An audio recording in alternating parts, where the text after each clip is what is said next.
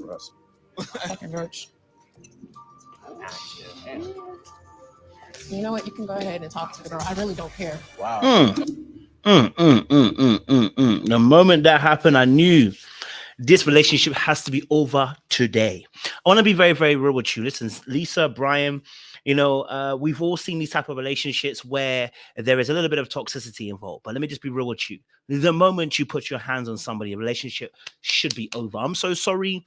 I don't want to hear your testimony. I don't want to hear your mother and your grandmother made it through. Okay? He will make a way. I know he will make a way, but this ain't the way he needs to make it through. Okay, all right. We don't need to be having relationships where people put their hands on other people, man or woman. In fact, I think it looks less innocuous because it is a woman putting her hands in a man's face. But let me be very frank with you. I'm going to show you some clips that led up to this point. We're in episode 1, by the way. I'm gonna show you some clips that led up to that point that I said that what she mushed him with is probably the least of his problems. See, other man, least of our problems. Okay, let me stop. I know. Listen, guys, if you're new to the channel, then listen. Do me a massive favor. Like it, share, subscribe. We're going to talk a little bit more about this relationship and break it down, why this should be the end of the relationship. And for those of you who are returnees, do me a massive favor. Then you're going to, you already know the motto. You got the minerals. You got the minerals. Stay hydrated. All right, cool. Let's get into this video. Let's talk a little bit about this particular show. I want to break down Ultimatum season 2, episode 1, but specifically Lisa, what she did to Brian. The relationship is done. It is over. It is finished. There shouldn't be a comeback because this type of behavior is literally unacceptable. And, I think the reality of the situation, before it got to that point, there was a conversation that was really important. And I'm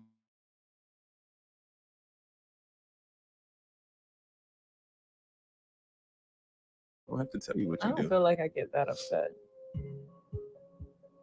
I feel like I get an appropriate level of upset. An appropriate level.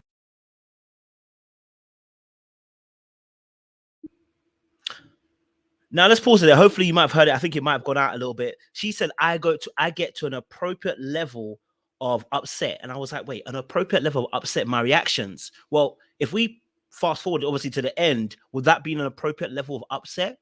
That is not new. That's not the first time. That ain't the energy she was giving. Even before that, if I go scoot back a little bit before that hand in the face mush, what she says to him is that you haven't seen me wilding. I'm going wild. I'll show you wilding out. This is normal behavior for her, where her behavior becomes overly expressive, where it becomes domestic violence, it becomes an assault, it becomes attack. You can go to jail for this behavior, okay? Now, if it was a man, I'll be saying the exact same thing, right? The relationship cannot progress. And if you're somebody who's in a relationship where someone's starting to put their hands on you, now this might be the first time it looks like, I don't think it is, but when they're starting to put hands on you, more than likely, they've already started the emotional abuse beforehand. Usually, they don't usually just go to physical. Now, this might be a one-off. Maybe she was drunk and she put her hand in your face. I hear that. It could be. But I want to put it this way. If it was a man doing this, would we be saying, well, he could have been drunk. It could be the first one who's ever done this, right? We wouldn't. We'll be saying this is dangerous and we don't want to be in a situation. And I agree. I think in this scenario, the gentleman who is actually younger than her as well, that's a power dynamic in itself. She's 31. He is 28. There's already a power dynamic. I've said this before, but her I statements at certain points in the show, which I'll show you some clips maybe in another video, but her I statements told me, ooh, she has some element of control that she wants to exert on a relationship. That is why she is fighting for the relationship in this particular way. She thought she could bring him onto Ultimatum and she would have him. She thought bring him onto Ultimatum, he gonna see that I'm a top specimen and he gonna want to hold on to me.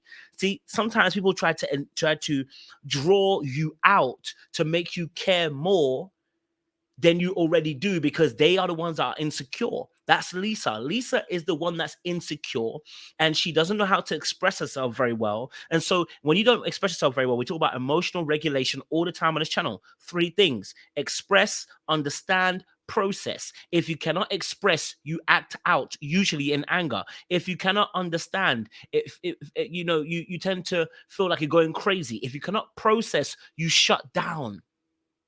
And so this is really important. When you see people that are not very good at expressing, they tend to flip out and show out. And that is what she did to him at the end. And the reality is that is not a quick fix. For her to go from that to you can go and talk to her now and mush your face, she gonna look back at it and say, I can't believe I did that. I was so mad. It doesn't matter what she says, you need to walk away. Because this can actually this can actually increase. This can get worse. Next, it could be a glass. Next, it could be a punch. Next thing, it could be, you don't know what can happen to you. Don't underestimate because she's a woman that you as a man can cope with this. You actually need to walk. Because if somebody can get to a point where they put their hands in their face, they don't have no respect for you already. You understand what I'm saying to you? Don't feel because you're stronger than her that you can do anything. My friend, please walk away. Now, unless he's also been involved in this toxic relationship where he's putting hands on her as well, then I'll put them both to the blame. But at this moment in current time, from what we've seen, this relationship needs to come to an end, and she is a problem. Let's continue watching a little bit more. Listen to what the conversation is. Yes. So it's justifiable. Yes. In every instance. In most cases, yes. I wouldn't have suggested we come here if I didn't feel like I could handle it. Seriously. Now he asks her a question. You think your responses here are acceptable? Like your responses, the level of response that you give, you think is responsible. She says, yes.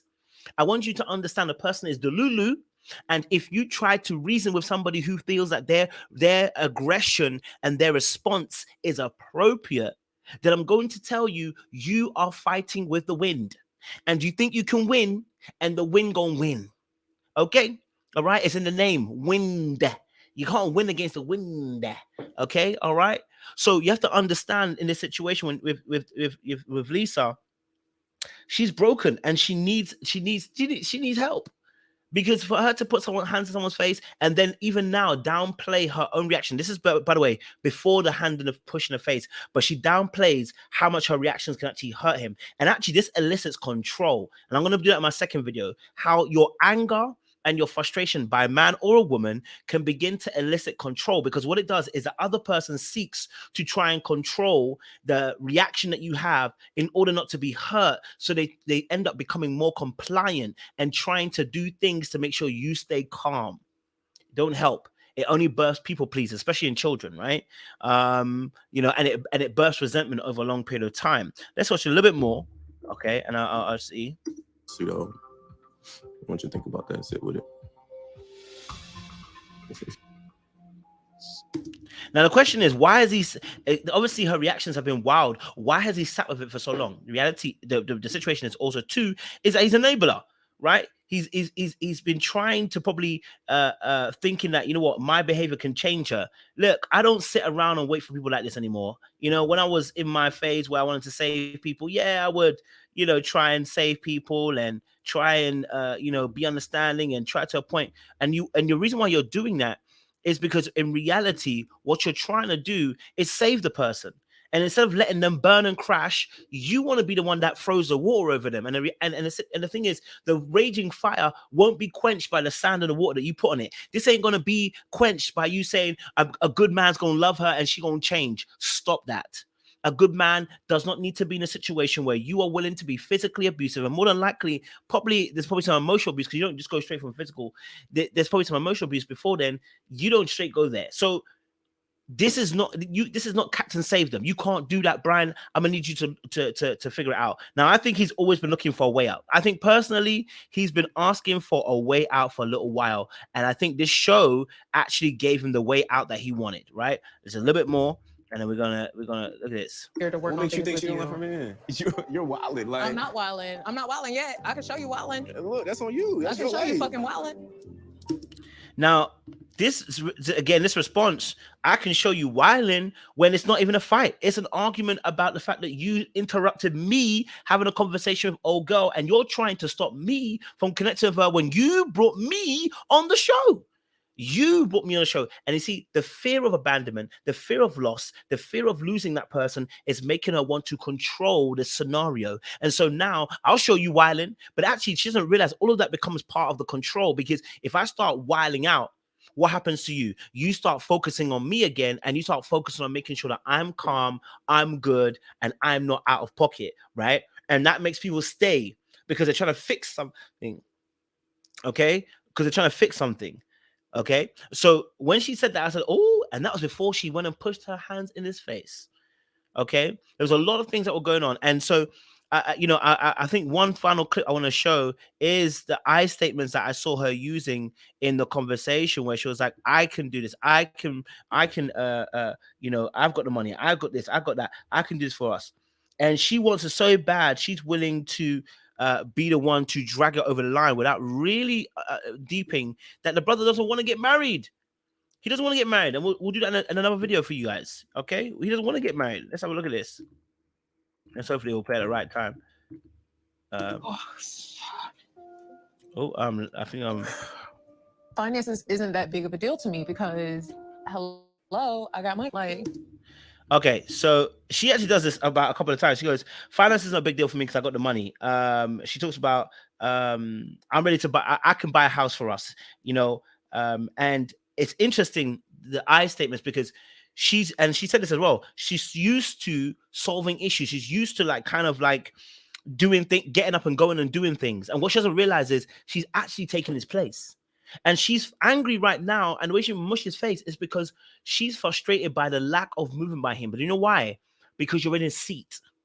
And more than likely, if you get out of his seat, he still won't marry you. You know why? Because he doesn't want to. Right? So even if you weren't in his seat, he still wouldn't marry you. But I need you to get out of the seat, sis, because you're in his seat.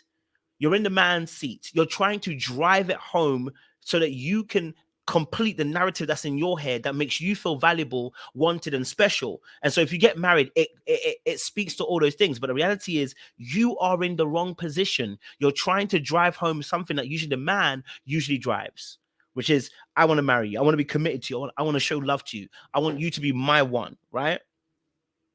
And again, she questions even as well a little bit of his his commitment in terms of would he be ride or die. She's like, I'm ride or die. Are you? And I'm like, darling, ride or die ain't even good. That's a toxic way of looking at relationships. But you know what? I'm gonna do that in another video for you guys. I just want to say again, this type of relationship is done. It's over. Finito, finished. There shouldn't be anything left of this relationship. Bye-bye. Goodbye. Appreciate you guys. Still locked, loaded. Let me know your thoughts down